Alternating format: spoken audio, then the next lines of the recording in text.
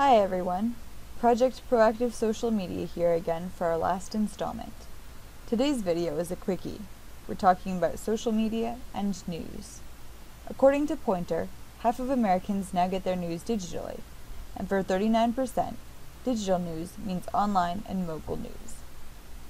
As the world turns increasingly digital, studies are beginning to ask questions such as whether social networks will one day replace primary news outlets, or if they will just supplement them, and how different social networks differ in their methods of delivering news. Today, I'm going to discuss two types of news on social media: public news and personal news. Going back to the root of social networking, news is certainly at the core. Personal news, that is. Networking with our friends and family means sharing with them what is going on in our personal lives, and that's great. There are so many fantastic ways to use social media to spread the word more efficiently with more people, and even selectively between people. Let's just review a few principles from the last video, though. Remember that Facebook loves drama, but your Facebook friends don't. Social media is public, so don't share your personal issues all over the web. On that note, pro tip: Twitter is one of several more publicly oriented forms of social media, and it's easier to network with people you don't necessarily know IRL. Keep important or very personal news to Facebook, rather than exposing that information to the entire world via Twitter or Tumblr. Also, if you're sharing something very personal on Facebook, utilize the button labeled Friends before you post to select who you want to view your next post. Point being, though, that social media is a great way to spread important information quickly to a large audience. Exciting news, good news, bad news, or just the occasional mini holiday card style update. Social media has you covered. But how about sharing public news, local or even national?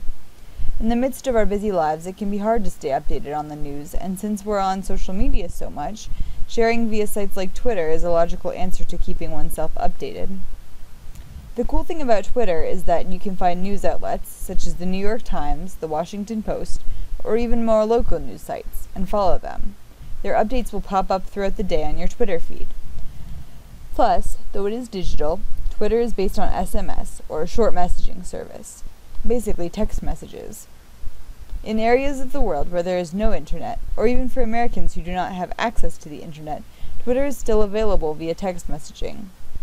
In the words of my IST professor, access is power, and access to social media means that in the case of anything, even disaster, civilians can still broadcast what is happening to the outside world. Which brings me to citizen journalism. If you've taken any communications classes, you've probably heard professors complaining that Joe Schmo thinks he can be a journalist just because he has a smartphone and a blog or a social media account. The good side of citizen journalism is that the world is more aware than ever of occurrences across the globe. The bad side is that sometimes there are miscommunications.